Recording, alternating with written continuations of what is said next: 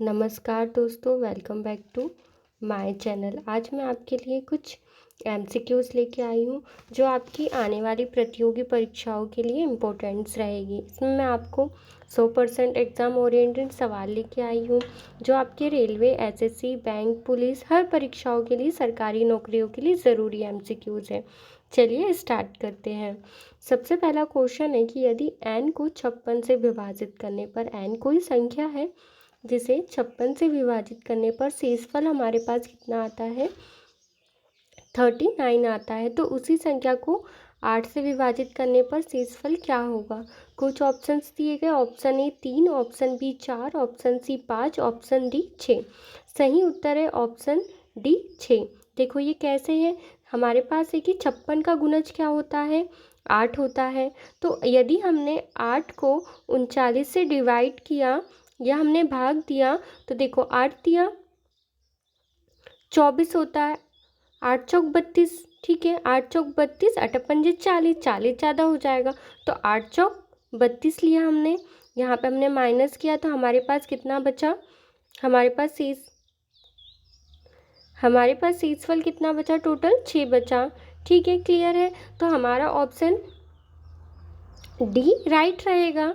आपको समझ में आया। नेक्स्ट स्लाइड पे चलते हैं। हमारे पास है कि यदि किसी संख्या को 88 से विभाजित करने पर, किसी संख्या को 88 से विभाजित करने पर शेषफल 67 आता है, तो उसी संख्या को 11 से विभाजित करने पर शेषफल क्या होगा। हमें शेषफल बताना है कि किसी संख्या को 88 से विभाजित करने पर शेषफल कितना आएगा, 67 आता है। यदि हमने क्या किया, फॉर एग्जाम्पल 11 का डिवाइड किया किससे, 67 से, तो हमारे पास क्या हो जाएगा, 11 छींग 66 होता है, तो हमने यहाँ पे किया 66। माइनस करने पर हमारे पास शेषफल कितना बचेगा, 1 बचेगा। तो ऑप्शंस जो दिया गया है जिसमें ऑप्शन ए राइट रहेगा, हमारा सही उत्तर क्या है, 1 रहेगा। क्लियर है। थर्ड क्वेश्चन, यदि किसी संख्या को 125 से विभाजित करने पर शेषफल कितना होगा, 89 आता है, तो उसी संख्या को 25 से विभाजित करने पर, देखो सबसे क्लियर और सबसे सिंपल, यदि आपको ऐसे कुछ भी सवाल आए तो आपको यदि ये संख्या पर विभाजित करने पर शेषफल इतना आता है तो दूसरी संख्या को विभाजित करने पर शेषफल क्या आएगा, कुछ नहीं, सिंपल 25 को डिवाइड करना है 89 से। ठीक है, कोई भी संख्या दी गई है तो वहाँ पे जिससे देना है, जो पहले दिया गया है शेषफल, उससे आप भाग दे दीजिए। जैसे हमने यहाँ पे 25 का भाग दिया 89 में, ठीक है, तो हमारे पास शेषफल कितना बचेगा, 16 बचेगा। ठीक है, तो राइट आंसर ऑप्शन सी रहेगा हमारे पास। क्लियर है। अब देखिए हमारे पास एक है फोर्थ क्वेश्चन, यदि किसी संख्या को 99 से विभाजित करने पर शेषफल कितना आता है, 65 आता है। अभी मैंने बताया था कि यदि आपको शेषफल निकालना है उसी संख्या का, ठीक है, और 9 से विभाजित करने पर, तो हम क्या करेंगे, 9 से डिवाइड करेंगे किसका, 65 से। ठीक है,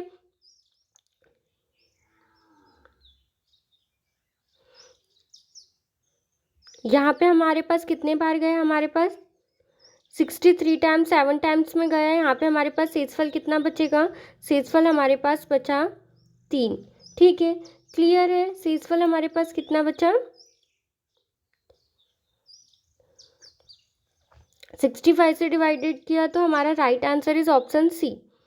अब हमारे पास यदि 3072 को 23 से विभाजित किया जाए तो शेषफल क्या होगा, सिंपल है, 23 से विभाजित करना है हमें 3072 को। ठीक है, तो right answer is option D. वो कैसे आया, 23 से आप डिवाइड करके देखिएगा 3072 का, सिंपल सा आपका आएगा ऑप्शन डी 12।